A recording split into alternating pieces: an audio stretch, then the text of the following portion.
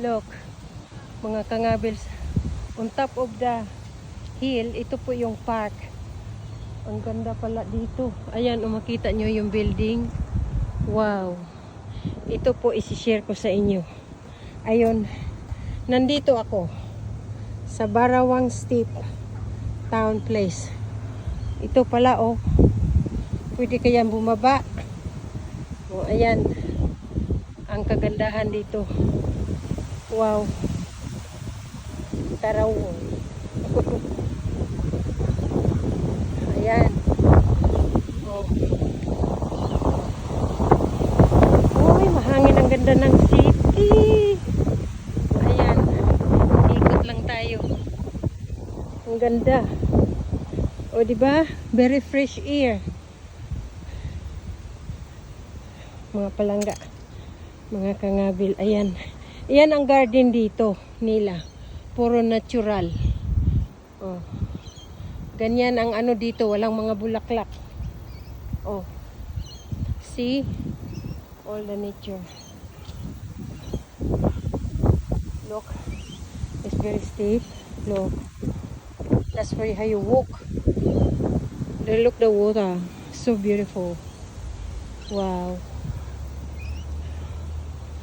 Look, that's the one how they do the garden dito is all nature. Walang mga flower.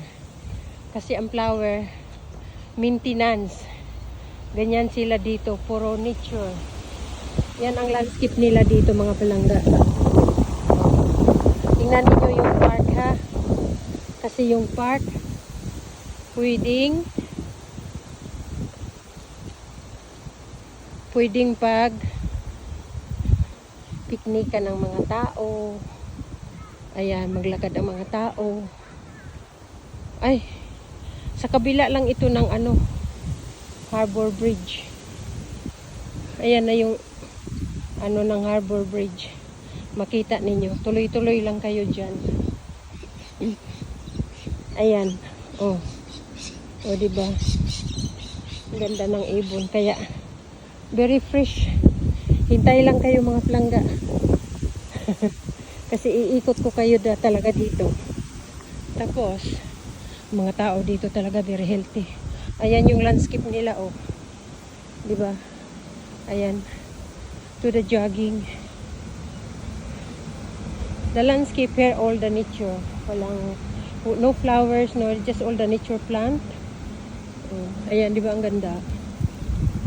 Kaya, ayan mga kangabil. Makita na eh. O, nandito na ako sa Wologol Walk. O, ayan. Oh. Ayan, oh. Dapat dito talaga may mga step at saka may mga rail. Hindi basta-basta kasi mga tao dito nagja-jogging every afternoon. Kaya ang council dito, they provide the good walk facilities. Kaya, malapit na tayo sa pinaka-beautiful na place. Oh, ayan yung Harbor Bridge. Ayan, mga palangga. Grabe, ang ganda. Oo. Kaya today, even ang mga ulap, ayan na ang ating city. Talagang, ano ako, nagtiyaga akong mag-experiment ng kumuha ng ayan yung Harbor Bridge. Oh, kaya ako nag-experiment ng kumuha ng metro kung saan talaga ito. Yung metro wala pang isang oras. 35 minutes nandito na ako sa city. Pag nag-drive ka almost 4 hours, 3 hours pag traffic talaga. Andito na ako sa Harbor Bridge. Dito ako, ayan yung, nandito na ako sa Barawang Steep, ayan. Ang haba ng ano, ayan. Talaga yung mga ganyan, talagang provide ng council yan para mga tao nagja-jogging. Mayroon pa doon sa baba, oh. Malaking park po ito. Oh, ayan ang ating Harbor Bridge. Napakagandang view. O, saan ka makakuha ng view dyan? O, saan ka pa? What you asking for? O, diba? Nandito yung mga provide ng council talaga. Gobyerno ang nag-provide dito dahil nagbabayad po kayo ng tax. Kaya binabalik po nila sa public. Kaya ayan po, na-share ko po sa inyo mga palangga ko mga kangabil. Kung ano kaganda ang ano dito. O diba? Grabe, yan po ang ilang landscape. Very simple para walang maintenance at saka malinis. Ayan lang kasi nag-thunderstorm last night. Ayan ang ating bridge. Nandito lang ako sa